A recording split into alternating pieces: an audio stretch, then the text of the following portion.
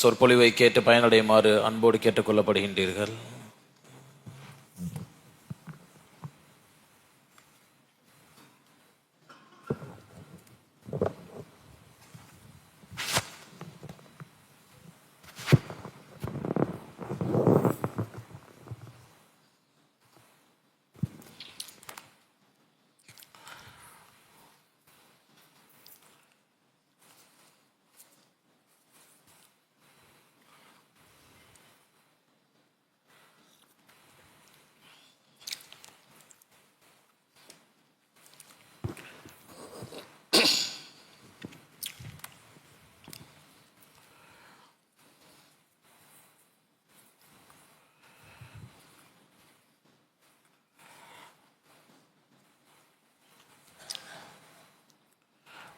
அவுது பில்லாஹி மினஷ் ஷைத்தானிர் ரஜீம்.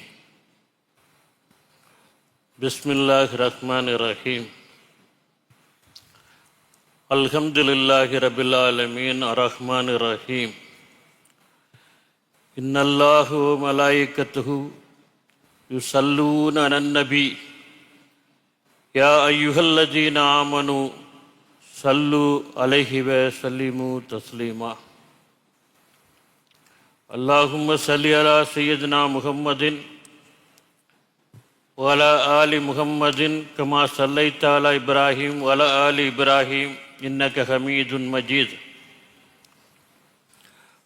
அல்லாஹும்ம பாரிக் அலா முஹம்மதின் வ அலா ஆலி முஹம்மதின் கமா பாரக்த அலா இப்ராஹீம் வ அலா ஆலி இப்ராஹீம் இன்னக ஹமீதுன் மஜீத்.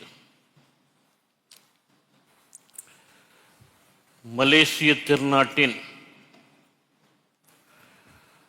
தலைநகராம் எழில்மிகு கோலாலம்பூரின் இதயமாக அமைந்திருக்கக்கூடிய பாரம்பரியமிக்க இந்த மஸ்ஜித் இந்தியா ஜும்மா பள்ளிவாசலில் நடைபெற்று வருகின்ற சீரத்துன் நபி தொடர் சொற்பொழிவிலே பங்கேற்று உரை நிகழ்த்துகின்ற நல்ல வாய்ப்பை வழங்கிய வல்ல இறைவனுக்கே எல்லா புகழும். அல்ஹம்துலில்லாஹ். மகத்தான இந்த பள்ளிவாசலுடைய நிர்வாகிகளே, கண்ணியத்திற்குரிய உலமா பெருமக்களே, அன்பிற்கும் மரியாதைக்கும் உரிய பெரியோர்களே, தாய்மார்களே, சகோதரர்களே, உங்கள் அத்துணை பேருக்கும் என் மனதிற்குள்ளே மழை பொழிகின்ற அன்பையும் நல்வாழ்த்துக்களையும் உரித்தாக்கிக் கொள்கின்றேன். அஸ்ஸலாமு அலைக்கும் வரஹ்மத்துல்லாஹி தஆலா பரக்காத்துஹு. இன்றைய தினம் அண்ணல் நபி ஸல்லல்லாஹு அலைஹி வஸல்லம் அவர்கள் வகுத்த நெறியில் சக மனிதர்களின் உணர்வுகளுக்கு மதிப்பு என்கின்ற பொருண்மையிலே என்னுடைய உரை அமைய இருக்கின்றது. மனித உணர்வுகள் மகத்தானவை. மனிதர்களுடைய உணர்வுகள் மலரினும் மெல்லிதானவை. மென்மையான பண்புக்குரியது மனித உணர்வுகள். அந்த உணர்வுகளை சொல்லாலோ செயலாலோ மட்டுமல்ல, ஒரு சாதாரண முகபாவனையால் கூட பாதிக்கக்கூடாது என்று சொல்லக்கூடிய ஒரு மகத்தான வாழ்வியலை பெருமானார் நபிகள் நாயகம் ஸல்லல்லாஹு அலைஹி வஸல்லம் அவர்கள் நமக்கு கற்றுத்தந்திருக்கின்றார்கள். நூலை நெய்யத் தெரிந்தவன் ஆடையை உடுத்திக் கொள்கின்றான். நூலை நெய்யத் தெரிந்தவன் ஆடையை உடுத்திக் கொள்கின்றான். வார்த்தைகளை நெய்யத் தெரிந்தவன் உறவுகளை உடுத்திக் கொள்கின்றான். யாரெல்லாம் உறவுகளை உடுத்திக் கொள்கிறார்களோ, உறவோடு இணக்கமாகவும் ஐக்கியமாகவும் வாழுகின்றார்களோ, அவர்களெல்லாம் சக மனிதர்களின் உணர்வுகளுக்கு மதிப்பளித்து வாழக்கூடியவர்களாக இருப்பார்கள். இதே ஒரு மகத்தான அணுகுமுறை இந்த உணர்வுகளுக்கு மதிப்பளித்தல் என்று சொல்லக்கூடியது. தனி மனித உணர்வுகள், குடும்பத்தாருடைய உணர்வுகள், சமூகத்தாருடைய பழகுகின்ற பொழுது ஒருவருக்கொருவர் வழங்குகின்ற உணர்வுகள் என்று எல்லா நிலையிலும் சக மனிதனுடைய உணர்வுகளுக்கு நாம் மதிப்பளித்து வாழ வேண்டும். அப்படி வாழுகின்ற வாழ்க்கை என்று சொல்லக்கூடியது நமக்கு உயர்ந்த மதிப்பையும் பண்பையும் ஏற்படுத்தி தரக்கூடியதாக அமைந்திருக்கின்றது. சொல்லால் செயலால் மட்டுமல்ல, சாதாரணமாக ஒரு சின்ன வாசனையால் கூட சக மனிதன் உணர்வுகளை பாதிக்கக்கூடாது என்று பெருமானார் நமக்கு கற்றுத்தந்திருக்கின்றார்கள். அன்னை ஆயிஷா ரலியல்லாஹு தஆலா அன்ஹா அவர்களிடம் ஒரு தோழி கேட்டார்கள். பெருமானார் வெளியே சென்றுவிட்டு வீட்டிற்குள்ளே நுழைந்தவுடன் என்ன செய்வார் என்று கேள்வி. அதற்கு அன்னை ஆயிஷா ரலியல்லாஹு தஆலா அன்ஹா அவர்கள் பதிலளித்தார்கள், வெளியே சென்றுவிட்டு பெருமானார் வீட்டிற்குள் நுழைந்தார்கள் என்று சொன்னால் பல்துலக்கிக் கொள்வார்கள் என்பது பதில். நமக்கு ரொம்ப சாதாரண ஒரு சின்ன பதிலாக இருக்கலாம், ஆனால் அற்புதமான விஷயம் இது.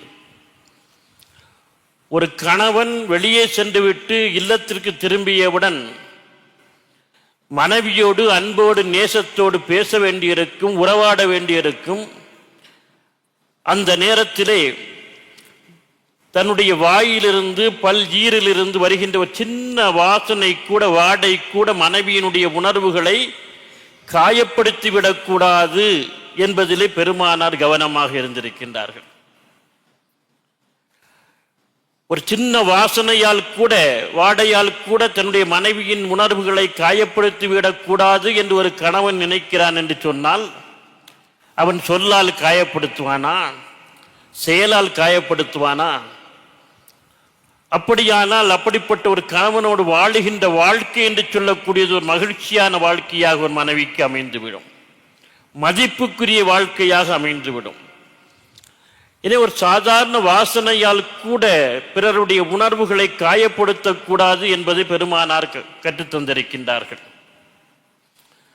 நம்மை போன்று அரங்குகளிலே, பள்ளிவாசல்களிலே கூடுகின்றவர்களுக்காக வேண்டி பெருமானார் சொன்னார்கள், பூண்டு வெங்காயத்தை சாப்பிட்டு விட்டு பள்ளிவாசலுக்குள்ளே நுழையாதீர்கள் என்று சொல்லி காட்டினார்கள். ஒருவன் தன்னுடைய உடல் நலத்திற்காக வேண்டி, வயிற்று பிரச்சனையை தீர்வதற்காக வேண்டி பூண்டை சாப்பிட்டு இருக்கலாம். ஆனால் அது சாப்பிட்ட காரணத்தினால் வாயிலிருந்து வருகின்ற அந்த பூண்டு வாசம் என்று சொல்லக்கூடியது பக்கத்திலே அவனோடு சப்பிலே நிற்கக்கூடிய சக மனிதனுக்கு ஒத்துக்கொள்ளாமல் போகலாம். ஏன்னா பூண்டு வாசனை கொஞ்சம் நெடி ஒரு விதமாக அமைந்திருக்கக்கூடிய எல்லாருக்கும் ஒத்துக்கொள்ளாது.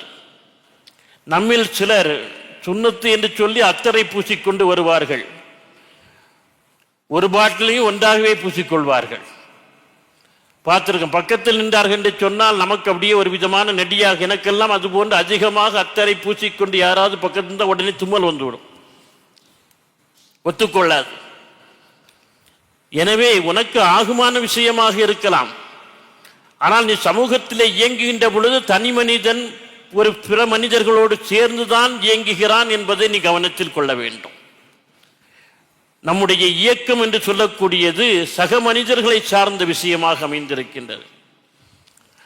எந்த விதத்திலும் ஒரு சமூக இயக்கத்திலே அடுத்தவருடைய உணர்வுகளை நாம் என்ன செய்யக்கூடாது, பாதித்து விடக்கூடாது. அண்டை வீட்டார் உறவை பற்றி பெருமானார் நிறைய பேசியிருக்கின்றார்கள். பேசியதென்ன உரிமை என்றே வகுத்து கொடுத்திருக்கின்றார்கள். ஒருவர் தன்னுடைய இல்லத்தை, வீட்டை அல்லது தன்னுடைய சொத்தை விற்கிறார் என்று சொன்னால் பக்கத்து வீட்டுக்காரருக்கு தான் முதல் உரிமை கொடுக்க வேண்டும். பக்கத்து வீட்டுக்காரனுக்கு காற்று வராத அளவுக்கு உன்னுடைய வீட்டு சுவரை உயர்த்தி கட்டாதே. ஒருவேளை அவனுடைய வீட்டினுடைய கம்பை கூரையின் கம்பை செருகுவதற்கு இடமில்லை, உன் வீட்டு சுவற்றிலே செருகிக் கொள்வதற்கு அனுமதிக்க வேண்டும் என்று நிறைய பேசியிருக்கின்றார்கள். பேசி வருகின்ற பெருமானார் சொன்னார்கள், பக்கத்து வீட்டுக்காரன் பசித்திருக்கும் போது நீ சாப்பிடாதே என்று சொன்னார்கள். கொடுத்து சாப்பிடு. கொடுக்க முடியவில்லை என்று சொன்னால் அந்த உணவிலே அந்த குழம்பிலே கொஞ்சம் தண்ணீரை அதிகப்படுத்தி கொண்டாவது பக்கத்து வீட்டுக்காரனை கவனிக்க வேண்டும். ஒரு முறை அபூதர் ரலியல்லாஹு தஆலா சொன்னார், அபூதர் உன் வீட்டு சமையலிலே கொஞ்சம் தண்ணீரை அதிகப்படுத்தி கொண்டு பக்கத்து வீட்டுக்காரனை கவனி என்று சொல்லி காட்டினார்கள். சரி, அப்படியும் கொடுக்க முடியவில்லை அல்லது கொடுப்பதற்கு மனதில்லை என்று சொன்னால் உன் வீட்டு சமையல் வாசனையாவது பக்கத்து வீட்டிற்கு செல்லாமல் பார்த்துக்கொள் என்று சொன்னார்கள். இதுதான் அற்புதமான விஷயம். பக்கத்து வீட்டிலே அண்டை வீட்டிலே ஏழைகள் இருக்கலாம், இல்லாதவர்கள் இருக்கலாம். அவர்கள் தங்களிடம் இருப்பதை வைத்துக் கொண்டு திருப்திப்பட்டு போவார்கள். ஆனால் பக்கத்து வீட்டிலே இருந்து விதவிதமான சமையல் வாசனை வருகின்ற பொழுது இல்லாதவர்களுக்கு ஏழைகளுக்கு ஒரு ஏக்கத்தை உண்டு பண்ணும். இந்த உணவெல்லாம் நமக்கு சாப்பிடுவதற்கு இல்லையே என்று சொல்லக்கூடிய ஒரு ஏக்கத்தை உண்டு பண்ணும். அதுவும் சின்னஞ்சிறார்களை, குழந்தைகளை இது அதிகமாக பாதிக்கும். நம் வீட்டில் இதெல்லாம் இல்லையே என்று சொல்லக்கூடிய ஒரு ஏக்கத்தை, பரிதவிப்பை ஏற்படுத்தும். அதனால்தான் பெருமானார் நபிகள் நாயகம் ஸல்லல்லாஹு அலைஹி வஸல்லம் சொன்னார்கள், உங்கள் குழந்தைகளுக்கு நீங்கள் பழங்கள் வாங்கி சென்றீர்கள் என்று சொன்னால் பக்கத்து வீட்டு குழந்தைகளுக்கும் கொடுத்து சாப்பிடுங்கள். அப்படி கொடுக்க முடியவில்லையா, அந்த பழத்தோலையாவது பக்கத்து வீட்டு குழந்தைகளின் கண்களில் படாமல் பார்த்து கொள்ளுங்கள் என்று சொன்னார். இது ஒன்று அற்புதமான நாகரீகம். வன்முறையிலே மிக கொடூரமான வன்முறை என்று தெரியுமா? தன்னிடம் இருப்பதை மிகையாக காட்டி இல்லாதவர்கள் மனதில் ஏக்கத்தை உண்டு பண்ணுவதுதான். தன்னிடம் இருப்பதை ஆடம்பரமாக காட்டி இல்லாதவர்கள் மனத்தில் ஏக்கத்தை உண்டு பண்ணுவதும் கூட ஒரு பெரிய வன்முறை, வயலன்ஸ். செய்யக்கூடாது. ஏனென்றால் அடுத்தவருடைய உள்ளம், இல்லாதவர்களுடைய உள்ளம், ஏழைகள் வறுமையில் வாடுகின்றவருடைய உள்ளம் அதனால் பாதிக்கப்படுகிறது. தங்களுக்கு இல்லை என்று சொல்லக்கூடிய ஏக்கத்தை உண்டு பண்ணுகிறது என்று சொன்னால் இப்படி ஏக்கத்தை உண்டு பண்ணவே கூடாது. எனவே நாம் திருமண வீடுகளுக்கு செல்கிற பொழுது நம்முடைய பெண்கள் எல்லாம் கொஞ்சம் கவனமாக இருக்க வேண்டிய அவசியம் இருக்கிறது. இருக்கிறது என்று ஆடம்பரத்தோடு நகைகளை எல்லாம் அள்ளி போட்டு கொண்டு போகக்கூடாது. அங்கே காதிலே கழுத்திலே போடுவதற்கு ஒரு பொட்டு நகை கூட இல்லாமல் ஒரு ஏழை சகோதரி கூட்டத்திலே இருந்து ஒதுங்கி நிற்கக்கூடியவளாகவும் இருப்பாள் என்பதை கவனத்திலே எடுத்துக்கொள்ள வேண்டும். இஸ்லாத்தை பொறுத்தளவில் தனி மனிதன் என்று சொல்லக்கூடியவன் சமூகத்தினுடைய அங்கம். சமூகத்தினுடைய சூழலுக்கு ஏற்பத்தான் அவனுடைய இயக்கம் என்று சொல்லக்கூடியது அமைய வேண்டும் என்பதை பெருமானார் நபிகள் நாயகம் ஸல்லல்லாஹு அலைஹி வஸல்லம் அவர்கள் எல்லா நிலையிலும் நமக்கு வலியுறுத்தி காட்டிக்கொண்டே இருக்கின்றார்கள்.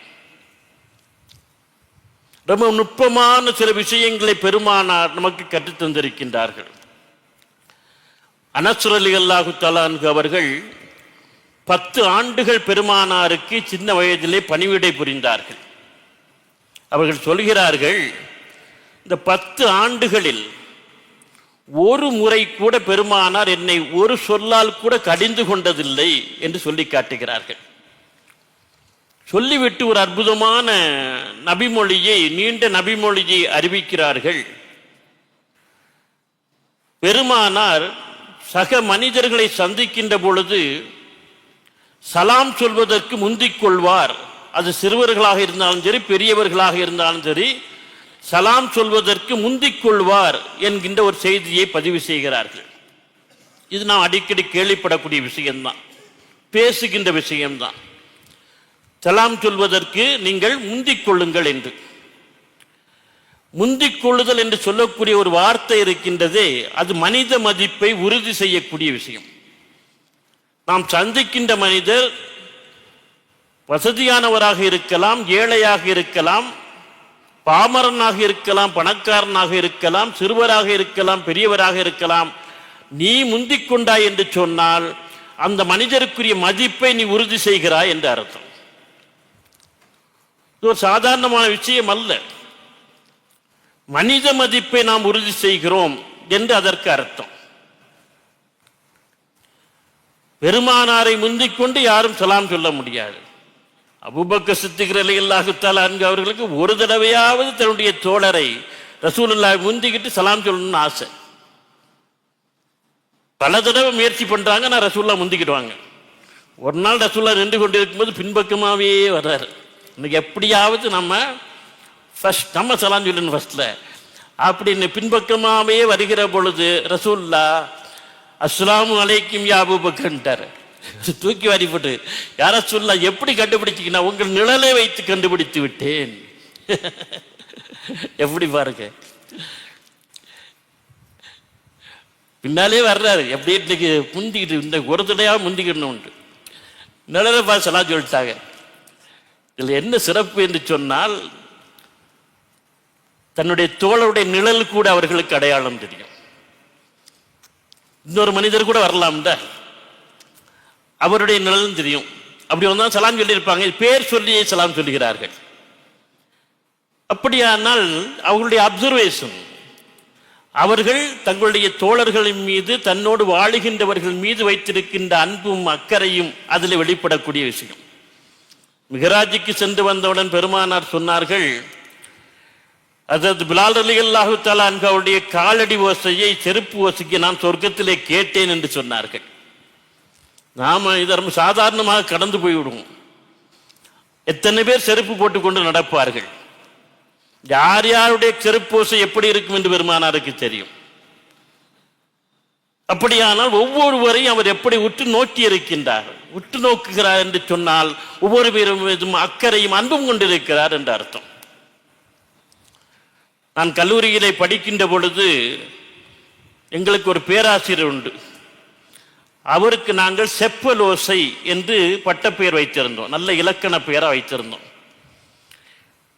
என்ன செய்யுள்ள வெண்பா, ஆசிரியப்பா, கலிப்பா, வஞ்சிப்பா என்று நல்ல பாவகைகள்லாம் உண்டு. ஒவ்வொரு பாவகைக்கும் ஒரு ஓசை உண்டு. வெண்பாவுக்கு செப்பலோசை, ஆசிரியப்பாவுக்கு அகவலோசை என்று.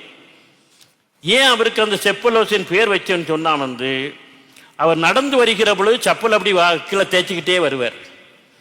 சறுக்கு சறுக்குன்னு சத்தம் கேட்கும். அதனால செப்பலோசை கேட்கறதுனால அவருக்கு நாங்கள் செப்பலோசை என்று பெயர் வைத்து விட்டோம். இலக்கண சுத்தமாக ஒரு பட்ட பேர் வைத்திருந்தோம். எனவே ஒரு நிழலை வைத்துக்கொண்டு, ஒருவருடைய செருப்பு நடக்கின்ற செருப்பு ஓசையை வைத்துக்கொண்டு அடையாளப்படுத்தக்கூடிய அளவுக்கு அவர்கள் தலைமைத்துவ ஆளுமை உடையவர்களாக இருந்தார்கள். இன்றைக்கு நாம் நம்மோடு பக்கத்தில் உட்கார்ந்து சாப்பிட்டவர் பழகியவரை கூட அடுத்து 10 நாளைக்கு பிறகு மறந்து விடுகின்றோம். எங்கேயோ பார்த்தது மாதிரி இருக்கிறேங்கிறோம்.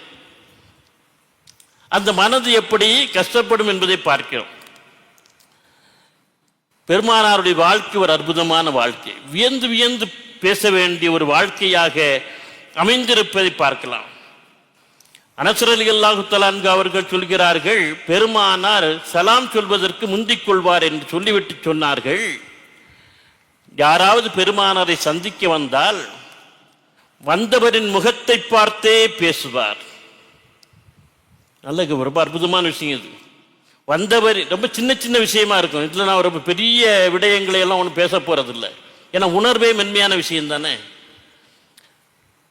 வந்தவரின் முகத்தை பார்த்தே பேசிக்கொண்டிருப்பார். பேசுபவர் தன் முகத்தை திருப்பிக் கொள்ளாதது வரை பெருமானார் தன் முகத்தை திருப்பிக் கொள்ள மாட்டார். என்ன அழகான கல்ச்சர், பண்பாடு. இப்போ நான் ஒரு பெரிய பேராசிரியர், டாக்டரேட், பிஹெச்டி எல்லாம் வாங்கியிருக்கேன். அப்படி உட்கார்ந்து எழுதிக்கிட்டு இருக்கேன் வீட்டில். ஒருத்தர் என்னை சந்திக்க வராரு. அஸ்ஸலாமு அலைக்கும், வாங்க உட்காருங்க சொல்லிட்டு எழுதிக்கிட்டேன். சொல்லுங்க என்ன விஷயம்? அந்த விஷயம் அப்படியா அப்படின்னு கேட்டுட்டு இருந்தா வந்தவர் என்ன நினைப்பாரு, நம்ம வந்தது அவர் விரும்பல போல் இருக்குன்னு நினைப்பார். முதல்ல நான் வந்தவரிடம் கவனத்தோடு முகம் பார்த்து பேசி அனுப்பினேன் என்று சொன்னால், ஒருவேளை அவர் ஒரு தேவையாக வந்தாலும் கூட, அதை செய்து கொடுக்க முடியாவிட்டாலும் கூட அவர் என்ன நினைப்பார், பரவாயில்ல இடம் முகம் கொடுத்தாவது இந்த மனுஷன் பேசினார், மதிப்பு கொடுத்தாருங்கிற திருப்தியோட திரும்பி போவார். இந்த முகம் பார்த்து பேசுதல் என்கிறது அற்புதமான உளவியல் சார்ந்த விஷயம். பெரிய பெரிய கம்பெனிகளில் புதிதாக வேலைக்கு வரக்கூடியவர்களுக்கு பர்சனாலிட்டி டெவலப்மெண்ட் ப்ரோக்ராம் என்று நடத்துவாங்க. அதுல முதல்ல கற்றுக் கொடுக்க என்ன தெரியுமா? ஐஸ் பிரேக்கிங் ப்ரோக்ராம், பார்வை தடையை உடைத்தல். யார் உங்களை சந்திக்க வந்தாலும், யாரை நீங்கள் சந்திக்க போனாலும் கண்களை பார்த்து பேசுங்கள். இதுதான் முதல்ல கற்றுக் கொடுப்பாங்க. இந்த பார்வை தடையை உடைத்து விட்டோம் என்று சொன்னால் நாம சொல்லக்கூடிய அங்கு போயிடும், அவர் சொல்வது நமக்கு வந்து சேர்ந்துடும். ஒருத்தருக்கு ஒருத்தர் பரஸ்பர பரிமாற்றம் என்பல்ல, அது ஒரு மதிப்பு சார்ந்த பரிமாற்றமாக மாறிப்போம். இப்பொழுது நான் உங்கள் முன்னால் பேசிக்கொண்டிருக்கிற பொழுது யாரையாவது ஒரு சிலரை மட்டும் பார்த்து, ஒரு பக்கம் மட்டும் பார்த்து பேசிக்கிட்டு இருந்தா என்ன அர்த்தம்? என்ன நினைப்பீங்க? அங்கேயே அவருக்கே சொல்லிட்டு இருக்காரு போல் இருக்கு. வகுப்பறையில் நிறைய ஆசிரியர்களுக்கு இந்த கோளாறு உண்டு. பாடம் நடத்துகிற பொழுது நல்லா படிக்கிற 4 பேர் இருப்பாங்க, அவங்கள பார்த்து தான் பாடம் நடத்துவாங்க, அவங்கள தான் கேள்விகளும் கேட்பாங்க. 40 பேரை பார்க்க மாட்டாங்க. நல்லா படிக்கிற 4 பேரை பார்த்து பார்த்து கொண்டாடுவதுதான் சில ஆசிரியர்களுடைய கோளாறு. 40 பேர் வகுப்பறையில் உட்கார்ந்திருந்தாலும் 40 பேருடைய கண்களையும் அந்த ஆசிரியருடைய கண்கள் சந்தித்துக் கொண்டே வர வேண்டும். 1 மணி நேரம் பாடம் நடத்தினாலும் 1 மணி நேரம் அத்தனை கண்களையும் சந்தித்துக் கொண்டே இருக்க வேண்டும். ஒவ்வொருவரும் என்னிடம்தான் ஆசிரியர் சொல்கிறார், என்னை பார்த்து தான் பேசுகிறார் என்ற உணர்வை ஏற்படுத்தினால்தான் அந்த பாடம் சரியாக அங்கு போய் சேரும். இல்லை என்றால் சேரார். நம்முடைய பள்ளிவாசல்களில் பார்த்திருக்கேன், ஆலிம்கள் நல்ல தயார் செய்து கொண்டு வந்து ஜும்மா பயானை நிகழ்த்துவார்கள். முன் வரிசையில் உட்கார்ந்துக்கிட்டு நம்மளால அப்படியே உட்கார்ந்துருப்பாங்க, தலையை கீழே தொங்க போட்டு. ஏதோ இவர் புது மாப்பிள்ளை போலவும் அங்கே புது பொண்ணு போலவும் பெரும்பாலும் நிறைய பேர் உட்கார்ந்துருப்பாங்க. பேசுகின்ற ஆலிமுடைய முகத்தை பார்த்தாதானே அவருக்கு பேச்சு வரும். அவர் முகத்தை பார்க்காமல் புரிஞ்சு இருக்கு. சிலர் தூங்குவதற்கு ஜும்மாவில் அப்படி இப்படிதான் தூக்கம் வருதுன்னு ஆச்சரியமா இருக்கு. வராத தூக்கமெல்லாம் ஜும்மாவில் வந்து உட்கார்ந்தா வந்துடும். அதுவும் தூண் தேத்து காத்து கண்டுபிடிச்சு உட்காருவாங்க சிலர். சாய்ந்து உட்கார்ந்து தூங்குனா தன்னை மறந்து தூங்கிட்டா ஒலி செய்யணும். சாஃபி மதுஹபில் பேசுகின்ற விஷயம். ஏன்னா நீ தூங்குகிற பொழுது ஒலி இருக்கா இல்லையான்னு யாருக்கு தெரியும்? காத்து போச்சு தான் யாருக்கு தெரியும்? எனவே ஒரு பேச்சாளராக இருந்தாலும் சரி, ஒரு ஆசிரியராக இருந்தாலும் சரி, ஒரு ஆலிமாக இருந்தாலும் சரி, அவர் பார்வையாளர்கள் அத்தனை பேருடைய கண்களையும் சந்தித்துக் கொண்டே பேச வேண்டும், அவர்களும் பார்க்க வேண்டும். அப்போதான் அந்த பேச்சுக்கு, அந்த பயானுக்கு, அந்த பாடத்திற்கு பலன் விளையும், போய் சேரும். எனவே முகம் பார்த்து பேசுதல் என்று சொல்லக்கூடிய சாதாரணமான விஷயம் அல்ல. எல்லாவற்றுக்கும் மேல ஒருவர் வருகின்ற பொழுது அவருடைய முகத்தை பார்த்து பேசுகிறார் பெருமானார். வந்தவர் தன் முகத்தை திருப்பிக் கொண்டால்தான் பெருமானார் தன் முகத்தை திருப்பிக் கொள்வார் என்று அனசுரையில் இல்லாஹத்தில் அனுபவிக்கிற பொழுது வந்தவரை மதித்து அவருடைய பேச்சை பெருமானார் காது கொடுத்து கேட்கிறார் என்று அர்த்தம். இந்த உணர்வுகளுக்கான மதிப்பு என்று சொல்லக்கூடியது சக மனிதர்களுக்கு வழங்குகின்ற உன்னத மதிப்பாக என்ன செய்கிறது? மாறிப்போகிறது என்பதை பார்க்கிறோம். ஒரு அருமையான ஹதீஸ், அந்த ஹதீஸ் நீண்ட ஹதீஸ். அடுத்த அனசுரர்கள் அல்லாஹு தஆலா அவர்கள் சொல்ல, யாராவது பெருமானாருடைய கரத்தை பற்றினால் கரத்தை பிடித்தவர் தன் கையை விடுவித்துக் கொள்ளாதது வரை பெருமானார் தன் கையை விடுவித்துக் கொள்ள மாட்டார்கள். எல்லாம் அற்புதமான கல்ச்சர். யார் பிடிச்சாலும் பெருமான கையை கொடுத்துக்கிட்டே தான் இருப்பாங்க. அவரா எடுக்கணும். இது என்ன? இது ஏற்கனவே பேசிய விஷயம்தான். வந்தவர் யாரா வேண்டுமானாலும் இருக்கலாம். கையை தொட்டும் டக்குன்னு விடுவிச்சோம்னா அது அவர்களை இன்சல்ட் பண்ண மாதிரி அவமானப்படுத்தியது போல் அமைந்துவிடும். கடைசி வரை பெருமானார் கையை கொடுத்து கொண்டே இருப்பார். அவர் கையை விட்டுட்டு போகணும், அவ்வளவுதான். இதுவும் அந்த மதிப்பு சார்ந்த ஒரு அற்புதமான விஷயமாக அமைந்திருக்கிறது என்பதை பார்க்கிறோம். அதுபோல பெருமானாரிடம் யாராவது வந்து ரகசியம் பேசினா காது தாழ்த்தி கேட்பார்கள். பேசுபவர் ரகசியத்தை பேசி முடிக்கிறது வரை காதை காத்துக்கிட்டே இருப்பாங்க. நம்ம என்ன செய்வோம்? ஹலோ ஃப்ரெண்டு வாங்க, உங்களுக்கு ஒரு ரகசியம் தெரியுமாமோ? இது வேறு ரகசியமா? ரகசியத்தை கூட 4 பேர் கேட்கிறமே சத்தமாக தான் பேசுவோம். காது தாழ்த்தி கேட்பார்கள் என்று சொன்னால் ரகசியம் பாதுகாக்கப்பட வேண்டிய விஷயம். பேசுபவருக்கும் கேட்பவருக்குமான ஒரு பரம ரகசியமான விஷயம் அது. அது பாதுகாக்கப்பட வேண்டும் என்பதில் பெருமானா இன்னொருத்தருக்கு கேட்டுவிடக்கூடாது என்பதற்கு காது தாழ்த்தி கேட்கான்னு சொன்னா நாம் என்ன நினைக்கிறோம், உணர்வு மதிப்பு என்று சொல்லக்கூடியதுதான். ரொம்ப அருமையான விஷயங்களை பெருமானா கற்றுத் தருகிறார். அதுபோல யாராவது பேசினா பேசுபவரின் குரலுக்கு மேலாக பெருமானா தன் குரலை உயர்த்தி பேச மாட்டார்கள் அண்ணா சொன்னாங்க. திருக்குறான்ல வல்ல இறைவன் சொல்கிறான், என் தூதரனுடைய குரலுக்கு மேல் நீங்கள் குரலை உயர்த்தி பேசாதீர்கள் என்று எச்சரிக்கிறான். ஆனால் பெருமானார் அவரோடு யாராவது பேசினால் பேசுகின்றவருடைய குரலுக்கு மேலாக தன்னுடைய குரலை உயர்த்தி பேச மாட்டார். இப்படி இந்த அனஸ் ரலியல்லாஹு தஆலா அன்ஹு அவர்கள் அறிவிக்கக்கூடிய இந்த நீண்ட ஹதீஸ்ல ரொம்ப அற்புதமான இயல்பான சில விஷயங்கள் வெளிப்பட்டு நமக்கான மிகப்பெரிய ஒரு படிப்பினையாக நாம் சக மனிதர்களோடு எப்படி நடந்து கொள்ள வேண்டும், அதன் மூலம் ஒரு அற்புதமான மதிப்பு சார்ந்த பண்பாட்டை எப்படி உருவாக்க வேண்டும் என்பதை பெருமானார் கற்றுத் தந்திருக்கிறார்கள். அதுபோன்றே பெருமானார் வல்ல இறைவன் திருமறையிலே சொல்லி காட்டுகின்றான், பிறரது சுய கௌரவம், மதிப்பு, தூய்மை ஆகியவற்றில் நீங்கள் அத்துமீறி நுழையாதீர்கள் என்று எச்சரிக்கை செய்கிறான் இறைவன். அடுத்தவருடைய சுய கௌரவம், அவர்களுக்கு இருக்கக்கூடிய மதிப்பு எதுவும் குறையும்படியாக நாம் என்ன செய்யக்கூடாது, நடந்து கொள்ளவே கூடாது. குர்ஆன்ல இறைவனுடைய எச்சரிக்கை. சக மனிதனுடைய சுய கௌரவம், மதிப்பு, தூய்மை சார்ந்த அவருடைய வாழ்க்கை சார்ந்த தூய்மை சார்ந்த அத்தனையும் பாதுகாக்கப்பட வேண்டும் இன்னொரு மனிதனால். அதனால்தான் இறைவன் திருமறை தொடர்ந்து சொல்கிறான், சக மனிதர்களை நீங்கள் பரிகாசம் செய்யாதீர்கள், பட்டப்பெயர் சூட்டி அழைக்காதீர்கள். பெருமானார் பட்டப்பெயர் சூட்டி அழைத்திருக்காங்க. அந்த பட்டப்பெயர் மதிப்புக்குரியதாக சிறப்புக்குரியதாக இருக்கும். தன்னுடைய மனைவி ஆயிஷா ரலியல்லாஹு தஆலா அன்ஹா அவர்களுக்கு அவர்கள் பட்டப்பெயர் சூட்டி ஹுமைரா என்று பட்டப்பெயர் சூட்டி இருந்தாங்களே. ஏன்னா சின்ன பொண்ணு சிவப்பா இருப்பாங்க, சிவந்த சின்ன பொண்ணேன்னு அர்த்தம். அழைக்கிறவர்கள் ஹுமைரா என்று அழைத்தார்கள். அபு துராப் என்று அலி ரலியல்லாஹு தஆலா அன்ஹு அவர்களை அழைத்தார். மண்ணின் மைந்தரே, ஒரு தடவை கீழே படுத்திருக்கிற உடம்பெல்லாம் மண் ஓட்டி இருக்கு, மண்ணின் மைந்தரே எழுந்திருங்கள் என்று பேசுகிற பொழுது இது ஒருத்தருடைய மதிப்பை குறைக்கிற விஷயம் இல்லை, ஒரு மதிப்பு சார்ந்த விஷயமாக ரசிக்கக்கூடிய விஷயமாக அமைந்திருக்கும். ஆனால் ஒருவருடைய மனதை புண்படுத்தக்கூடிய அளவுக்கு, ஒருவரை கேவலப்படுத்தக்கூடிய அளவுக்கு பட்ட பெயர்கள் அமையக்கூடாது. நாம் சில வார்த்தைகளை பேசுவதையே தவிர்க்க வேண்டும். ஒருத்தருடைய உடல் ஊனம் சார்ந்து நிறைய வார்த்தைகள் நம்மிடம் இருக்கின்றன. குருடு, சப்பானி, நொண்டி, செவிடு போன்ற வார்த்தைகள். இந்த வார்த்தைகளை பயன்படுத்தவே கூடாது. அதற்கு பதிலாக வேறு வார்த்தைகள் நம்மிடம் இருக்கின்றன. பார்வையற்றவர், கண் தெரியாதவர், காது கேளாதவர், இத்தனை வார்த்தை. கனி இருப்ப காய் கவர்ந்தேன், கனி இருக்கிற பொழுது காயை சாப்பிடலாமா வள்ளுவன் கேட்கின்றான். தமிழிலே மணிமேகலை என்று ஒரு காப்பியம் இருக்கிறது, பௌத்த சமய சிந்தனைகளை பேசுகின்ற ஒரு காப்பியம். அதுல மணிமேகலை கையில் அமுத சுரபியோடு வீதிக்கு வருகின்றாள்.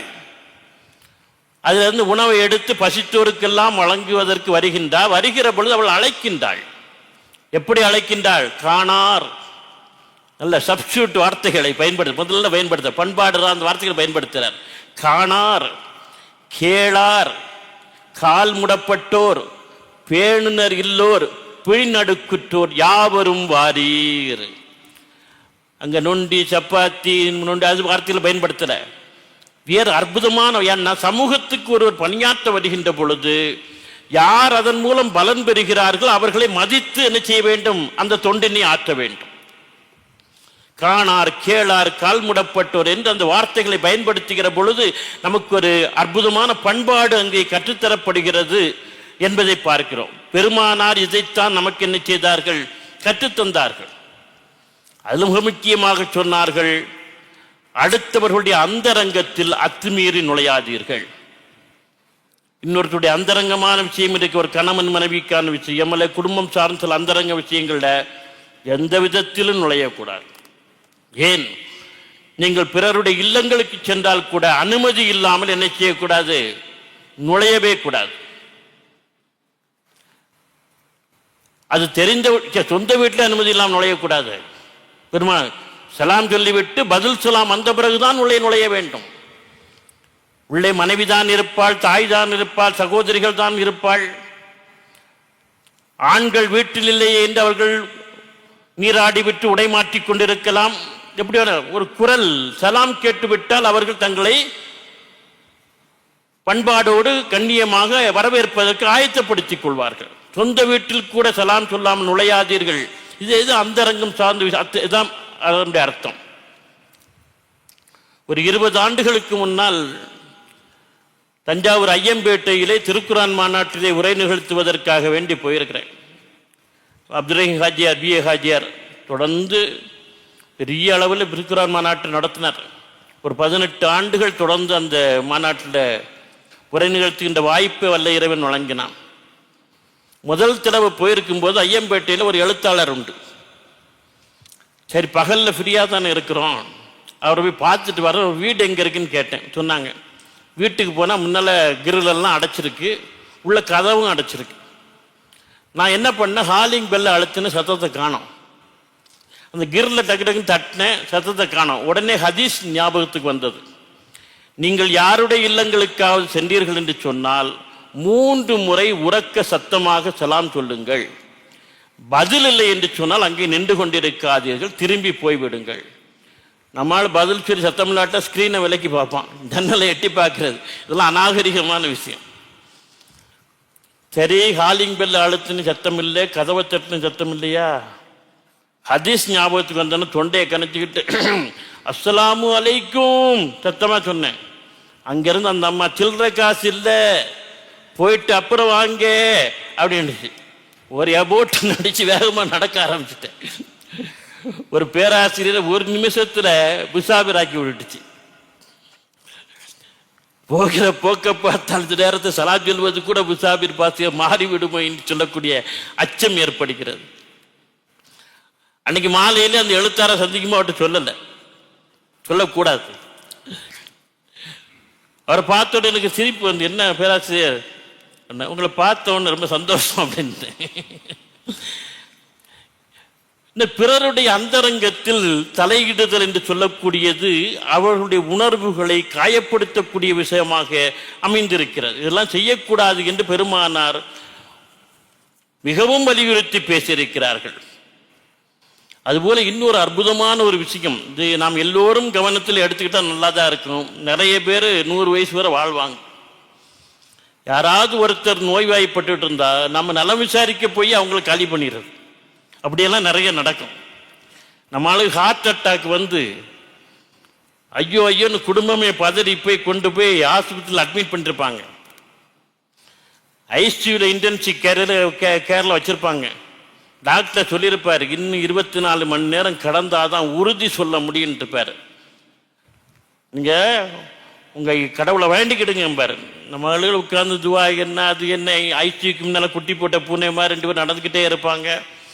ஒரு வழியா நம்மால் பொழைச்சிக்கிடுவார். அதுக்கு பிறகு என்ன செய்வாங்க, ரூமுக்கு கொடுப்பாங்க. அதுக்கு பிறகுதான் நம்மால் நலம் விசாரிக்குன்னு போவாங்க. போன உடனே என்ன ஆச்சுமா, அதுலேயே அவனுக்கு திரும்ப ஹார்ட் அட்டாக் வந்தாலும் வந்துடும். உடனே அந்த அம்மா சொல்லும், முந்தா நேற்று ராத்திரி கடை அடைச்சிட்டு வந்தாரா, வரும்போதே ஒரு மாதிரி டல்லா இருந்தாரா, அவருக்கு படபடன்னு வந்தா, வேர்த்து கொட்டிச்சா, தண்ணி கேட்டாருமா, வாங்கி கண்டு வந்து கொடுக்குறதுக்கு முன்னால் நெஞ்ச பிடிச்சி சாஞ்சாருமான்னு இந்த 3 நாள் கதையை சொல்லி முடிக்கும். இந்த நிமிஷம் வர கதையும் அது போயிடாது. அடுத்து இந்த பெத்துமா கிளவி போகும், ஏம்மா ராசாத்தி கேட்டவனுங்கிற கொலையே வெடிச்சு போச்சே என்ன ஆச்சுமான்னு கேட்கும். கொண்டாந்தாம ஆரம்பிக்கும், முந்தா நாள் ராத்திரி கடை அடைச்சிட்டு வந்தாரா, வரும்போதே வேர்த்து கொட்டிச்சா, அப்படி இந்த கதை வர முடிக்கணும். அடுத்து ஒரு பெருசு போவார், என்னாச்சு வராத வயசுல வந்திருக்க, உடனே இந்த அம்மா ஆரம்பிக்கும், முந்தா நாள் ராத்திரி கடை அடைச்சிட்டு வந்தாரா, அப்படி இது வர உள்ள சொல்லி முடிக்கும். இதுக்கு என்ன செய்யலாம்னு சொன்னால் ஒரு பிட் நோட்டீஸ் அடிச்சு வச்சுக்கலாம். முந்தா நாள் இரவு இத்தனாம் தேதி இத்தனை மணிக்கு கடை அடைத்து கொண்டு வந்தார், வருகிற பொழுது அவருக்கு வியர்த்து கொட்டியது, படபட படபட பட என்று வந்தது, சுடுதண்ணி கேட்டார், கொண்டு வந்து கொடுப்பதற்கு முன்னால் நெஞ்சை பிடித்து கொண்டு சாய்ந்தான். இந்த 3 நாள் நடந்து ஒரு பிட் நோட்டீஸ் அடிச்சு, அல்லது டேப் ரெக்கார்டில் செல்போனில் ரெக்கார்ட் பண்ணி வச்சுக்கலாம், வாய்ஸ் ரெக்கார்டில் ஒரு பையன் கூட அங்கே உட்கார வச்சுக்கணும். யாராவது வந்து கேட்டாங்கன்னா முதல்ல இதை கேளு, உள்ள போறீங்கன்னா இதை கேளு, அங்கே போய் என்ன செய்யாத நலம் விசாரிக்கிறேன்னு சாகடிக்காத, இதை கேட்டுக்கிட்டு நீ என்ன செய், உள்ள போன அனுமதிக்கணும். வீட்டு நடிச்சு படிச்சுட்டு உள்ள போ, இல்லைன்னா இந்த வாய்ஸ் கடை கேளு, கேட்டுட்டு உன் ஃபோனு கூட ஃபார்வேர்ட் பண்ணுறேன், இதை கேட்டுக்கிட்டு என்ன செய், உள்ள போ அப்படின்னு அனுமதிக்கணும். என்ன சிக்கல் என்று சொன்னால் நலம் விசாரிக்க போன்னு சொல்லியே அங்கே இருக்கக்கூடிய சூழலை கெடுத்து விடக்கூடியவர்கள் நிறைய பேர் இருக்கிறாங்க. அதில் இன்னும் சிலர் இருக்கிறாங்க, நம்மளால் அப்பந்தான் கண்ணை முழிச்சு அல்லா பொழைக்க வச்சுட்டியே அப்படின்னு வீட்டுக்கு போவோமா போக மாட்டோமான்னு கண்ணை தட்டி தட்டி முடிச்சுட்டு கிடப்பான். அந்த நேரம் பார்த்து தலைமாட்டில் போய் உட்கார நம்மால், இனிமேதான் நீ ரொம்ப ஜாக்கிரதையா இருக்கணும், இனிமேதான் நீ ரொம்ப ஜாக்கிரதையா இருக்கணும். ஹார்ட் அட்டாக் வந்துன்னா ரொம்ப ஜாக்கிரதையாக இருக்கணும்ப்பா. இப்படி தான் எங்கள் மச்சான் ஒருத்தருக்கு ஹார்ட் அட்டாக் வந்து அதுக்கு பிறகு ஒரு கண்ட்ரோல் இல்லாமல் இருந்து எண்ணெயை சாப்பிட்டு பிரியாணி சாப்பிட்டு 6 மாதம் செகண்ட் அட்டாக்ல போய் சேர்ந்துட்டாருன்னு அவனுக்கு இன்னால் இல்லாகி சொல்லாமல் வரமாட்டான். பெருமானார் சொன்னார்கள், நலம் விசாரிக்க செல்வது ஒவ்வொரு முஸ்லீமுடைய கடமையாக இருக்கிறது. அப்படி நலம் விசாரிப்பதற்கு போகிறவர்களுக்கு ஒரு அற்புதமான வழிமுறையை சொல்லி காட்டினார்கள். நீங்கள் ஒருவரை நலம் விசாரிக்க சென்றீர்கள் என்று சொன்னால் பாதிக்கப்பட்டவருக்காக வேண்டி வல்ல இறைவனிடம் துவா செய்யுங்கள், பிரார்த்தனை செய்யுங்கள். 2வது சொன்னால்தான் பிரமாதம், அதிக நேரம் அங்கே தங்காதீர்கள், அதிகம் பேசாதீர்கள், அதிகம் தங்காதீர்கள். அங்கே அதிகம் பேசாதீர்கள், அதிக நேரம் அங்கே தங்காதீர்கள் என்று சொல்லி காட்டினாங்க. இதுதான் ரொம்ப பிரமாதமான விஷயம். யார் பாதிக்கப்பட்டவருக்காக வேண்டி நாம் துவா செய்யணும். அங்கே 3 விஷயம். 2வது அதிகம் அங்கே பேசாது, அமைதியா இரு, அதிக நேரம் தங்காத, விசாரிச்சா டக்குன்னு கிளம்பிடு. இங்க எல்லா மருத்துவமனை வாசலிலும் இந்த 3 விஷயத்தை எழுதி வைத்து கீழே நபிகள் நாயம் போட்டு வைத்தோம்னா பல நோயாளிகள் சீக்கிரம் குணமாய் வீட்டுக்கு போயிடுவாங்க. இந்த அற்புதமான ஹதீஸில் இருந்து நமக்கு கிடைக்கக்கூடிய ஒரு பெரிய படிப்பினை என்ன என்று சொன்னால், பாதிக்கப்பட்டவர்களுக்கு மன ஆறுதலும் அமைதியும் ஒரு மகிழ்ச்சியான நம்பிக்கையும் தருவது ஒவ்வொருவருடைய கடமையாக இருக்கிறது. ஒரு சின்ன வார்த்தையால் கூட அங்கே அந்த பாதிக்கப்பட்டவருடைய ஏதாவது ஒரு சின்ன உணர்வை என்ன செய்யக்கூடாது, காயப்படுத்திவிடக் கூடாது என்று சொல்லக்கூடிய ஒரு அற்புதமான விஷயத்தை பெருமானார் நமக்கு கற்றுத் தருகின்றார்கள். பேச்சில் எல்லா நிலையிலும் கவனம் இருக்க வேண்டும். நாம் யாரிடம் பேசுகின்றோமோ அவருடைய முழு நிலவரம் என்ன என்று தெரிந்து கொண்டுதான் அவரிடம் பேச வேண்டும். சொன்னார்கள், கணவன் இல்லாத பெண்ணிடம் உங்கள் கணவனின் சிறப்பை பற்றி பேசாதீர்கள் என்று சொன்னார்கள். கணவனை இழந்து ஒரு பெண் இருக்கிறாள், ஒரு சகோதரி இருக்கிறாள், அவள்கிட்ட போயிட்டு என் புருஷர் நகை வாங்கி கொடுத்தாரு, என் வீட்டுக்காரர் எப்படி தெரியுமா, இந்த ரமலானுக்கு என் கையிலேயே பணத்தை கொடுத்துட்டாரு, 10,000-20,000 புடவையெல்லாம் எடுத்துக்கன்ட்டு பேசாத. அதே போல மனைவியை இழந்த கணவனிடம் உன் மனைவியின் சிறப்புகளை பற்றி பேசாதே என்று சொன்னார்கள். பேசுகிற பொழுது அவருடைய இழப்பினுடைய ஏக்கம் அவர்களுக்கு மீண்டும் உருவாகிவிடும். எந்த விதத்திலும் மனசுகளை காயப்படுத்தாத. ஏற்கனவே கணவனை இழந்திருக்கக்கூடிய ஒரு பெண், மனைவியை இழந்திருக்கக்கூடிய ஒரு கணவன், இப்படியெல்லாம் பேசுகிற பொழுது அந்த இழப்பினுடைய வருத்தத்தினுடைய வேதனையினுடைய வெளிப்பாடு மீண்டும் மேலோங்குவதற்கு உன்னுடைய பேச்சு ஒரு காரணமாக அமைந்துவிடும். செய்யாதே என்று பெருமானார் கடுமையாக எச்சரித்திருக்கின்றார்கள்.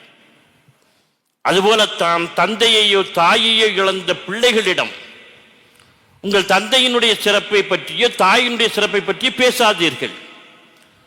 நான் தாய் தந்தை இழந்த பிள்ளைகளுக்கு இருக்கக்கூடிய ஒரு விதமான அழுத்தம், மனவேதனை என்பது வெளியே சொல்ல முடியாத விஷயம். அது சின்ன வயசிலே தாயையோ தந்தையோ அல்ல இருவருமே இழந்திருக்கக்கூடியவர்களுக்கு எந்த மொழியை சொல்லியும் நீங்கள் ஆறுதல் சொல்ல முடியாது. அதனால்தான் பெருமானார் அவர்களிடம் நீங்கள் கரிசனையோடு நடந்து கொள்ளுங்கள், அனாதைகளை ஆதரிப்பதற்காக வேண்டி அவ்வளவு தூரம் பெருமானார் பேசியதற்கு அதான் காரணம். தாய் தந்தையர் இழந்தவரிடம் உங்கள் தாய் தந்தையருடைய சிறப்புகளை பற்றி பேசாதீர்கள் என்று சொல்லி காட்டினார்கள்.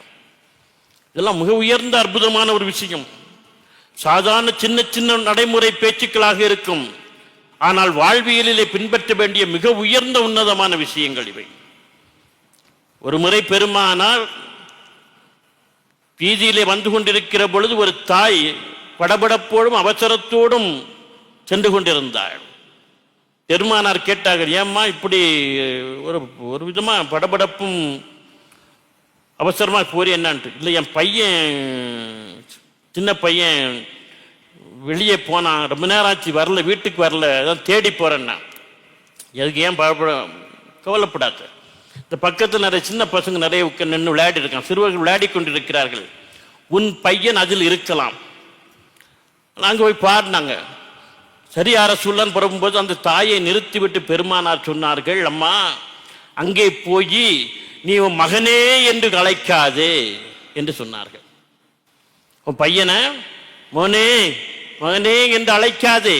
ஏனென்றால் அந்த கூட்டத்திலே, சிறார்களுடைய கூட்டத்திலே ஒரு சில அனாதை குழந்தைகள் இருக்கிறார்கள். நீ மகனே என்று அழைக்கிற பொழுது அது அவர்களுக்கு பெரிய ஏக்கத்தை, நமக்கு அழைப்பதற்கு ஒருவர் இல்லையே என்று சொல்லக்கூடிய பரிதவிப்பை, ஏக்கத்தை ஏற்படுத்திவிடும். மகனேன்னு அழைக்காத, பெயர் சொல்லி அழை என்று சொன்னார்கள். உலகத்தில் யார் இதை சொல்லியிருக்கிறார்கள்? மனித மனங்களை படிப்பித்தவர் பெருமானார். உலகத்தில் யாரும் இப்படிப்பட்ட படிப்பினையை நமக்கு தந்தது கிடையாது. மகனேன் அழைக்காத அனாதைகள் ஒரு சிலர் இருக்கிறார்கள். மகனேன்னு கூப்பிடுகிற பொழுது அந்த பிள்ளைகளுக்கு நம்ம கூப்பிடுக ஆள் இல்லையே, நம்ம அனாதை அல்லவா என்று சொல்லக்கூடிய ஒரு சின்ன ஏக்கம் வந்தாலே அதற்கு நாம் என்ன பதிலை சொல்ல முடியும், என்ன ஆறுதலை சொல்ல முடியும்? இரண்டாவது சொன்னார்கள், அம்மா நீ மகனேன்னு அழைக்காத, பேர் சொல்லி கூப்பிடு. இரண்டாவது, அந்த இடத்தில் வைத்து உன் மகனை கொஞ்சாத, கட்டி அணைக்காது, கொஞ்சாது. அப்படி கட்டி அணைத்து கொஞ்சுகிற பொழுது நமக்கு இப்படி அட்டி அணைப்பதற்கும் கொஞ்சுவதற்கும் பெற்றோர்கள் இல்லையே என்று அந்த அனாதை குழந்தைகளுக்கு மனதிலே பரிதவிப்பும் ஏக்கமும் ஏற்பட்டுவிடும். எனவே பெயர் சொல்லி அழைத்து நீ வீட்டுக்கு கூட்டிட்டு போய் என்று சொன்னார்கள் என்று சொன்னால், வாழ்க்கையில நாம் நிறைய விஷயங்களை படித்திருக்கிறோம். இந்த படிப்பினைக்கு நிகராக இன்னொரு படிப்பினை இருக்காது. மனித உணர்வுகளுக்கு அவ்வளவு தூரம் பெருமானார் என்ன செய்திருக்கிறார்கள், மதிப்பும் மரியாதையும் கொடுத்திருக்கிறார்கள் என்பதை நாம் பார்க்கிறோம். நாம் வாழ்க்கையிலே பெரிய விஷயமாக சில விஷயங்களை பேசிக்கொண்டே இருப்போம், தத்துவங்களை உதிர்த்து கொண்டே இருப்போம், வாழ்வியல் தத்துவங்களை நிறைய பேசுவோம்.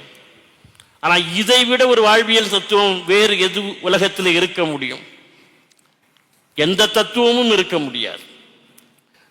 சக மனிதனுடைய மனதை படிப்பதற்கு நிகரான தத்துவம் என்பது உலகத்திலே வேறு எதுவும் கிடையாது. அந்த வாழ்வியல் தத்துவத்தை பெருமானார் சின்ன சின்ன நடைமுறை நெறிகள் மூலம் நமக்கு கற்றுத்தந்திருக்கிறார்கள் என்பதை பார்க்கிறோம். இளைஞர்களோடு பழகுகிற பொழுது, உரையாடுகின்ற பொழுது பெருமானார் ஒவ்வொருவருடைய மனசையும் புரிந்து கொண்டிருக்கின்றார். ஒரு ஆட்சித் தலைவர், இறைவனுடைய இறுதி தூதர், அழகிய முன்மாதிரி என்று இறைவன் சொன்னான் என்று சொன்னால் இதுதான் காரணமாக இருக்க முடியும். பத்ர் யுத்தம் முடிகின்றது. முடிந்து படை பரிவாரங்களோடு மதீனா நோக்கி திரும்பிக் கொண்டிருக்கின்றார்கள். திரும்பி வருகின்ற பொழுது அதைல் என்று சொல்லக்கூடிய ஒரு இடத்திலே பெருமானார் தன்னுடைய சகாக்களோடு தங்குகிறார்கள். அங்கே கூடாரம் அமைக்கப்படுகிறது. இரவு நேர உணவுக்கு சமையல்கள் ஒரு பக்கம் நடந்து கொண்டிருக்கின்றன. ஒரு பக்கம் அந்த தீப்பந்தம் கொளுத்தப்பட்டு பெருமானார் உட்கார்ந்து இருக்கின்றார். சோழர்கள் பங்கேற்ற அத்தனை பேரும் கீழே உட்கார்ந்திருக்கிறார்கள். பெருமானார் ஒவ்வொரு இரவும் சில அறிவிப்புகளை செய்வார். கடைசியாக பெருமானார் என்ன செய்வார்கள் என்று சொன்னால், இது மாதிரி நேரங்கள்ல எனக்கு இன்றைக்கு யார் பாதுகாப்பு கொடுக்கிறதுக்கு தயாராக இருக்குன்னு கேட்பாங்க. ரசூல்லா தூங்குகிற பொழுது, பாசறையில் கூட தூங்குகிற பொழுது ஒருவர் விடிய விடிய பாதுகாக்க வேண்டும். அதை இருவர் மாற்றி மாற்றி உட்கார்ந்து நிச்சயம் பாதுகாக்க வேண்டும் என்பது நிபந்தனை. அவர்கள் கையில் பாதுகாக்கக்கூடிய கையிலே ஒரு வாள் கொடுக்கப்படும். அந்த வாளை ஏந்தி கொண்டு அவர் விடிய விடிய பாதுகாக்க வேண்டும். எல்லோரும் உட்கார்ந்து இருக்கிறார்கள். ரசூல்லா கேட்டாங்க, இன்று இரவு எனக்கு யார் பாதுகாப்பு வழங்க போகின்றன? மெல்லிய வெளிச்சம், முகங்கள்லாம் கூட அதுவும் தெரியாது. கூட்டத்திலிருந்து வருகிற அபூ ஹுசை என்று கையை தூக்குகிறது. அடுத்து இன்னொரு குரல், அபு ஹைஸ் என்று கையை தூக்குகிறது. இன்னொரு குரல் அபுஹுசா என்று வருகின்றது. பெருமான் என்ன செய்தார்கள்? சரி, 3 பேர் எழுந்திருங்கள் என்று சொன்னாங்க. ஒரே ஒரு இளைஞன் எழுந்து நின்றான். 3 குரல்கள் வந்தனவே என்று கேட்டவன, ஒரு ஆள் எழுந்து நிற்கிறீர்களே என்று கேட்டவன அந்த அபூ ஹுசை சொன்னாரு, யா ரசூலுல்லாஹ், என்னை மன்னித்து விடுங்கள், என் தாயும் தந்தையும் உங்களுக்கு அர்ப்பணமாகட்டும், என்னை மன்னித்து விடுங்கள், இன்றைக்கு இரவு எப்படியாவது எனக்கு உங்களுக்கு பாதுகாப்பு கொடுக்கின்ற வாய்ப்பு எனக்கு கிடைக்க வேண்டும் என்று மிகுந்த ஆசை. ஒவ்வொரு நாளும் நான் எதிர்பார்த்து கொண்டிருப்பேன். அதனால் தான் வேறு வேறு குரல்களில் நான் ஒருவன் தான் எழுப்பினேன் குரலை என்று சொன்னார். மிமிக்ரி செய்திருக்காரு. இந்த வாய்ப்பு எனக்கு கிடைக்கணுங்கிறதுக்காக வேண்டி அபூ ஹுசை என்ன செய்திருக்கிறார்? அபு ஹைஸ், அபு ஹுசா என்று 3 குரல்கள் பெயர்களை சொல்லி 3 குரல்களில் தத்தமளிக்கிறார். பெருமானார் என்ன செய்தார்? அபு ஹுசை இங்கு வாருங்கள் என்று பக்கத்தில் அழைத்தார்கள். அழைத்து அவரை ஆற தழுவிக்கொண்டு அவர் கையிலே வாளை கொடுத்து, இன்றைக்கு பொறுப்பை நீங்கள் ஏற்றுக்கொள்ளுங்கள் என்று சொன்னார்கள். நமக்கு கிடைக்கக்கூடிய அற்புதமான விஷயம் என்று சொன்னால், பெருமானார் யாரு? இறை தூதர், அந்த சமூகத்தினுடைய ஆட்சியினுடைய தலைவர். ஒரு சின்ன பையன் கிண்டல் பண்ணியிருக்காட்டு எடுத்தாரா? நம்மவர்கள் அப்படிதான் எடுப்பாங்க. என்ன கிண்டல் பண்றியா? குரலை மாற்றி மாற்றி பேசி வகுப்பறைகள் நடக்கும். இதா பேசும்போது நடக்கும். நான் 9ஆம் 8ஆம் கிளாஸ் படித்து கொண்டிருக்கிற பொழுது பெரிய சேட்டைக்காரன் நான். ஆங்கில ஆசிரியர் பாடம் நடத்திக்கிட்டு இருந்தார். Rama killed Ravana, change the வாய்ஸ்ன்னாரு. நான் குரலை மாற்றி ராமா கில்டு ராவணான்னு போட்டாரு அடி. ஆக்டிவ் வாய்ஸ் பேசி வாய்ஸ்ன்னு கேட்டால் குரலை மாற்றி பேசுறியா அப்படி அடியை போட்டு வெளியே நிறுத்திட்டார். அந்த பீரியடு முழுக்க வெளியே கையை கட்டிட்டு நின்றுட்டு இருந்தேன். எதுக்கு சொல்றேன்னு சொன்னா, ஒருவனிடம் இருக்கக்கூடிய ஆற்றலை அங்கே உணர்ந்து கொள்ள வேண்டும். அதான் முக்கியமான விஷயம். வகுப்பறையில் ஒரு பையன் குரலை மாற்றி பேசுறான்னு அவன்கிட்ட ஒரு திறமை இருக்குன்னு அர்த்தம். அதை புரிந்து கொள்வதற்கு ஆசிரியருக்கு முடியல. ஒரு முறை நான் பாடம் நடத்தி கொண்டிருக்கிற பொழுது, இந்த ஏழைகளுக்கு எல்லா காலமும் போதாத காலம்தான் என்பதை உணர்த்துவதற்கு சீன நாட்டு கவிதை ஒன்றை சொன்னேன். மழைக்காலம் வரும் முன்னால் குடை வாங்க வேண்டும் என்று நினைத்தேன். குடை வாங்கும் முன்னே மழைக்காலமும் முடிந்து விட்டது. வெயில் காலம் வரும் முன்னால் செருப்பு வாங்க வேண்டும் என்று நினைத்தேன். செருப்பு வாங்கும் முன்னே வெயில் காலமும் முடிந்து விட்டது. குளிர்காலம் வரும் முன்னால் கம்பளி வாங்க வேண்டும் என்று நினைத்தேன். கம்பளி வாங்கும் முன்னே குளிர்காலமும் முடிந்து விட்டது. ஏழைகளுக்கு எல்லா காலமும் போதாத காலம்தான் என்று அந்த சீன நாட்டு கவிதையை சொன்னேன். அப்படி என்னுடைய மாணவன், சார் எனக்கு இப்போ கவிதை வந்துடுச்சு சார். நான் வெரி குட், இதான் நல்ல வகுப்பறை. பாடத்தை கேட்டு ஒரு இன்ஸ்பிரேஷன் வந்துச்சு பத்தியா, வெரி குட், எங்க சொல்லுன்னு. அவன் சொன்னான், தேர்வு காலம் வரும் முன்னால் படித்து விட வேண்டும் என்று நினைத்தேன். படித்து முடிக்கும் முன்னே தேர்வு முடிந்து விட்டேன். நான் சபாஸ் அப்படின்னு. என்ன அவன்கிட்ட ஒரு கிரியேட்டிவிட்டி இருக்குது, ஒரு படைப்பாற்றல் இருக்குது. அப்படிதானா? அதை நாம் கண்டுகொள்ள வேண்டும், அங்கீகரிக்க வேண்டும். என்ன கிண்டலா பண்ற அப்படின்னு பேசணும்னா அவன் இருக்கக்கூடிய படைப்பாளி, அவன் இருக்கக்கூடிய கிரியேட்டிவிட்டி காணாம போயிடும். பெருமானார் இங்கு அந்த வேலையை தான் செய்திருக்கிறார்கள். அபூ ஹுசை என்ன செய்திருக்கிறார்? அந்த இளைஞர் தனக்கு அந்த வாய்ப்பு கிடைக்க வேண்டும் என்று 3 பேர்கள் 3 குரல்கள் எழுப்பின உடனே பெருமானார் சிரித்துக் கொண்டே பக்கத்தில் அழைத்து அந்த பொறுப்பை கொடுத்தார்கள் என்று சொன்னால், இதுதான் ஒவ்வொருவருடைய மனதையும் நாம் படித்துக் கொண்டு அங்கீகரிக்கக்கூடிய ஒரு அற்புதமான விஷயமாக அமைந்திருக்கின்றது. இன்னும் சொல்ல போனால், சக மனிதருடைய கருத்துக்கு மதிப்பளித்தல் என்று சொல்லக்கூடிய ஜனநாயகம் சார்ந்த விஷயம். ஜனநாயகத்தை பற்றி இன்னைக்கு உலகத்தில் நிறைய பேசிக்கிட்டு இருக்கோம். எப்பொழுது ஒருவர் தான் நினைத்தது மட்டும்தான் சரி, சொல்வது மட்டும்தான் சரி என்று முடிவெடுக்கிறாரோ அப்பொழுதே சர்வாதிகாரம் ஆரம்பித்து விடுகிறது என்று அர்த்தம். அது குடும்பத்திலும் சரி, சமுதாயத்திலும் சரி, அமைப்பிலும் சரி, எதிலார்தான் சரி. ஒரு விஷயத்தை முடிவு செய்கின்ற பொழுது எல்லாரோடும் கலந்து ஆலோசித்து முடிவெடுக்க வேண்டும். இது அவர்களுடைய கருத்துக்கு, உணர்வுகளுக்கு நாம் அளிக்கக்கூடிய பெரிய மரியாதையாக இருக்கின்றது. பொது வாழ்க்கையில ஈடுபடக்கூடியவர்கள், நிர்வாகங்களை நடத்தக்கூடியவர்களுக்கு வேண்டிய உயர்ந்த தலைமை பண்பு இது. கலந்து ஆலோசனை செய்து முடிவெடுத்தல் என்று சொல்லக்கூடியது. அதிலே எல்லாருடைய கருத்துக்களும் வெளிப்படும். அதில் அறிவார்ந்த கருத்து, உகந்த கருத்தை ஏற்றுக்கொள்வது என்பது சனநாயகமாக இருக்கும். அப்படியானால் எல்லாருடைய உணர்வுகளுக்கும் அங்கே மதிப்பளிக்கப்படுகிறது என்று அர்த்தம். தொழுகைக்கான அதான் ஒலிப்பது எப்படி உருவானது என்று பேசுகிற பொழுது வரலாறு என்ன சொல்கிறேன் என்று சொன்னால், தொழுகைக்கு அழைக்க வேண்டும். எப்படி அழைப்பது?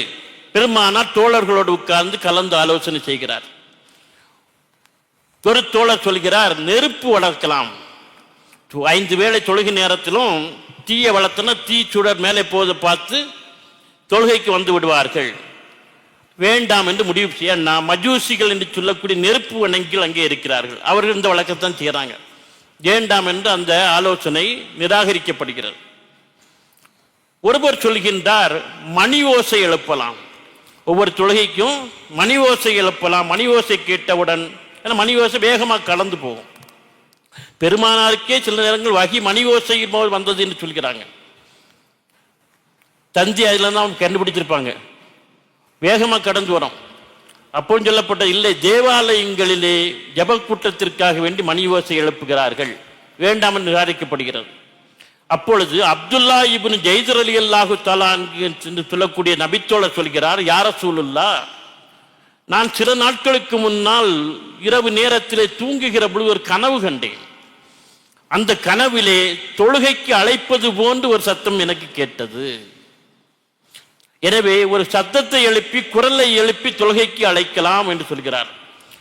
பக்கத்தில் உட்கார்ந்து உமர் ரலியல்லாஹு தஆலா யா ரசூலுல்லாஹ், இது நல்ல ஆலோசனை. ஏனென்றால் நானும் இது போன்று ஒரு கனவை கண்டிருந்தேன், அதிலும் தொழுகைக்கு யாரோ அழைப்பது போன்று ஒரு சத்தத்தை கேட்டேன் என்று உமர் ரலியல்லாஹு தஆலா அவர்களும் உறுதி செய்தவுடன் அப்துல்லா இப்னு ஜைதர் ரலியல்லாஹு தஆலா அவருடைய ஆலோசனை அங்கே ஏற்றுக்கொள்ளப்படுகிறது. இன்றைக்கு வரை நாம் அதைத்தான் பின்பற்றி கொண்டிருக்கின்றோம்.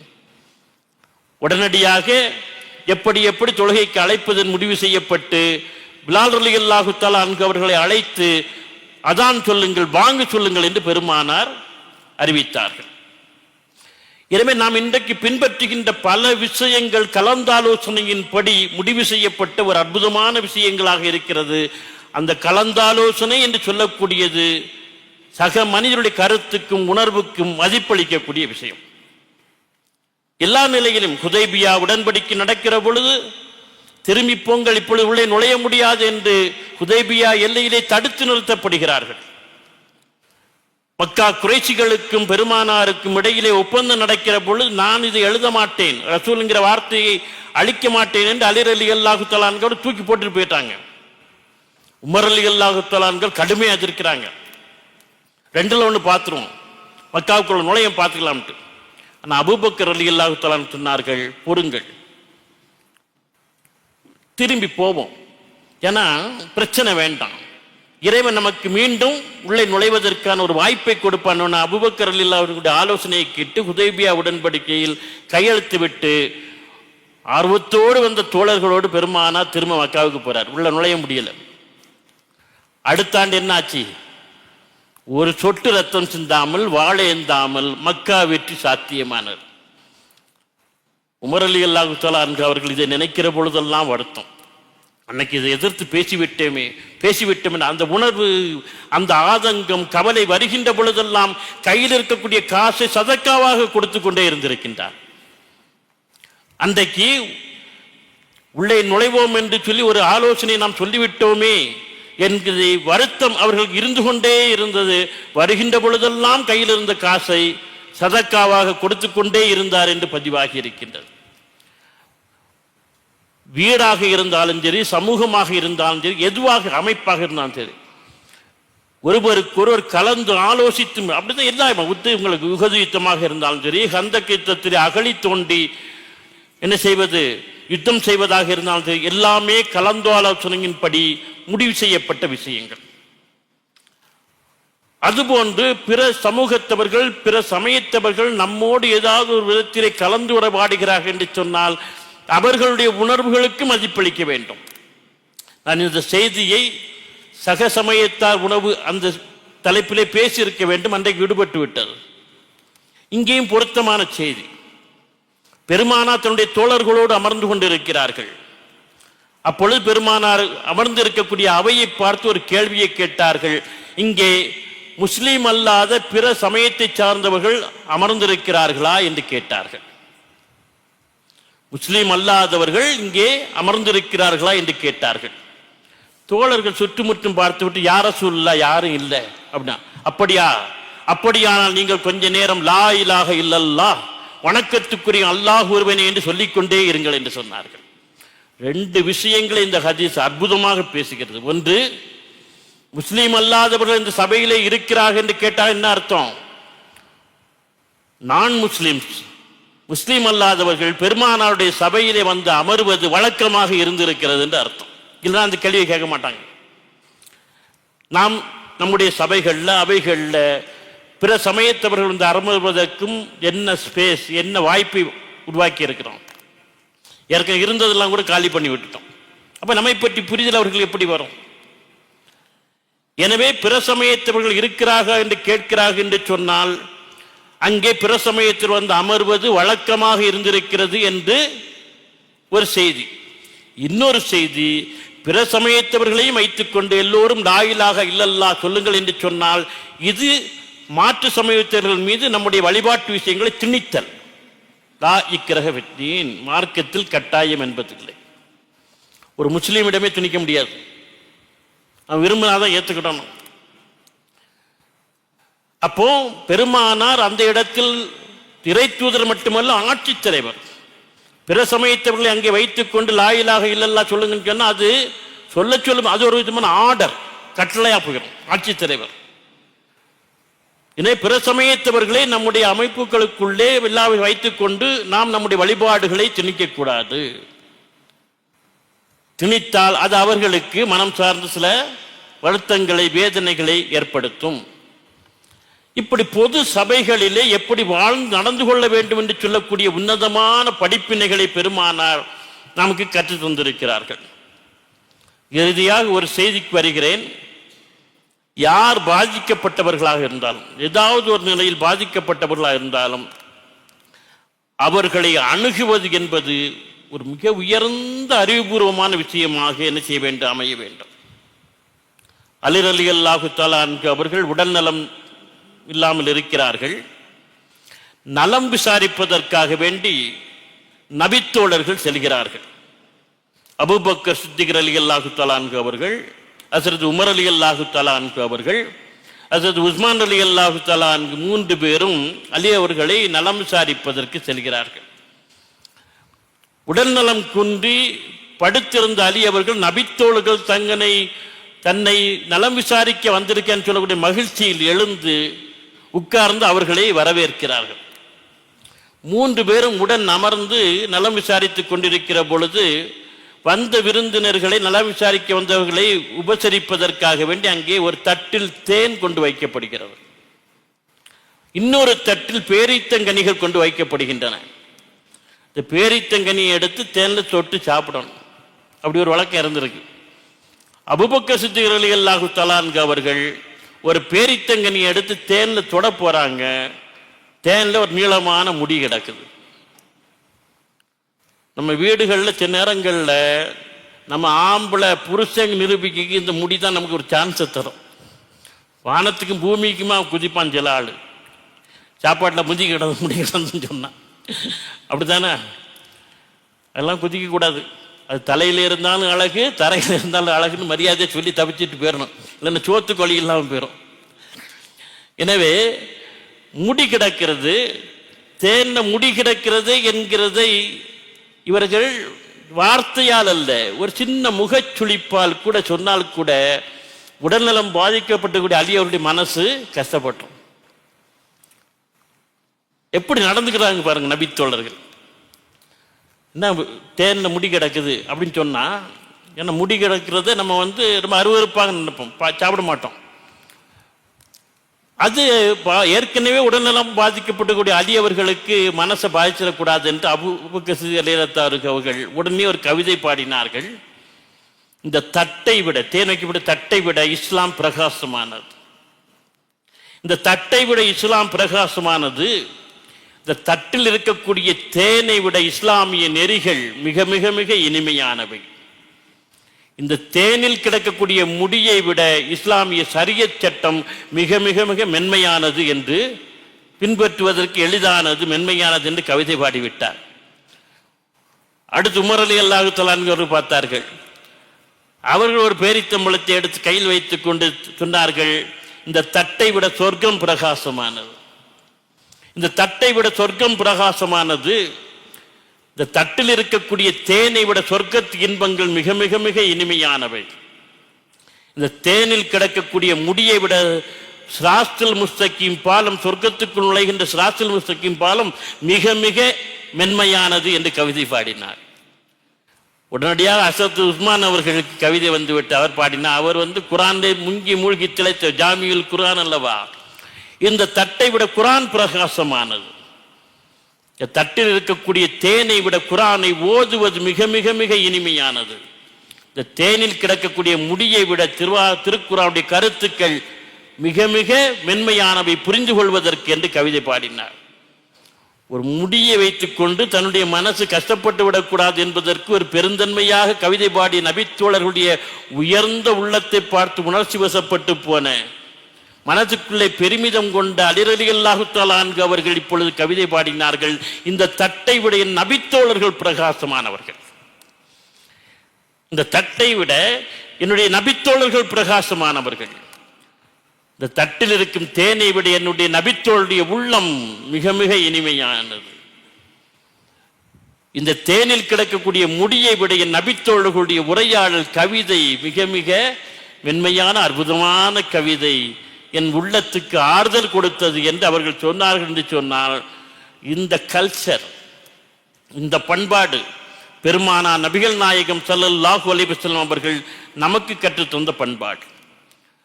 அதிலே ஒரு அழகியல் இருந்தது, ஒரு அற்புதமான கருத்தியல் இருந்தது. அதெல்லாவற்றுக்கு மேலாக பாதிக்கப்பட்டுடைய உள்ளம் எந்த விதத்திலும் சலனப்பட்டு விடக்கூடாது, வருத்தப்பட்டு விடக்கூடாது என்று சொல்லக்கூடிய ஒரு அக்கறை, உணர்வுகளுக்கான மதிப்பு என்பது அதற்குள்ளே கிடந்தது.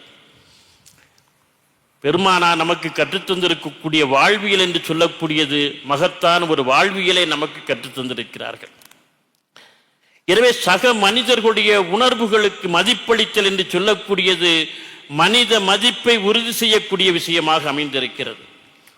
ஒரு சொல்லாலோ ஒரு செயலாலோ மட்டுமல்ல, ஒரு சாதாரண வாசனையால் கூட, முக பாவனையால் கூட பிற மனிதருடைய உள்ளங்களை காயப்படுத்திவிடக் கூடாது என்று சொல்லக்கூடிய ஒரு பண்பாட்டு நெறியை பெருமானா நமக்கு கற்றுத்தந்திருக்கிறார்கள்.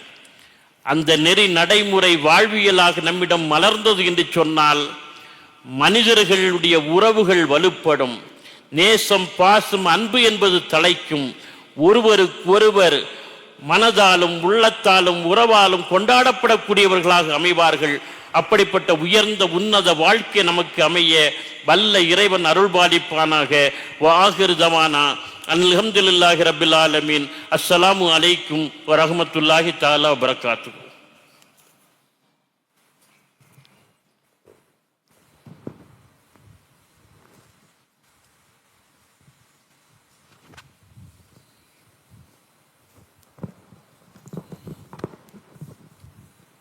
அல்லாஹ் ஜல்ல ஷானஹு தஆலா பேராசிரியருடைய நாவன்மையை மென்மேல் மதியப்படுத்தி தருவானாக.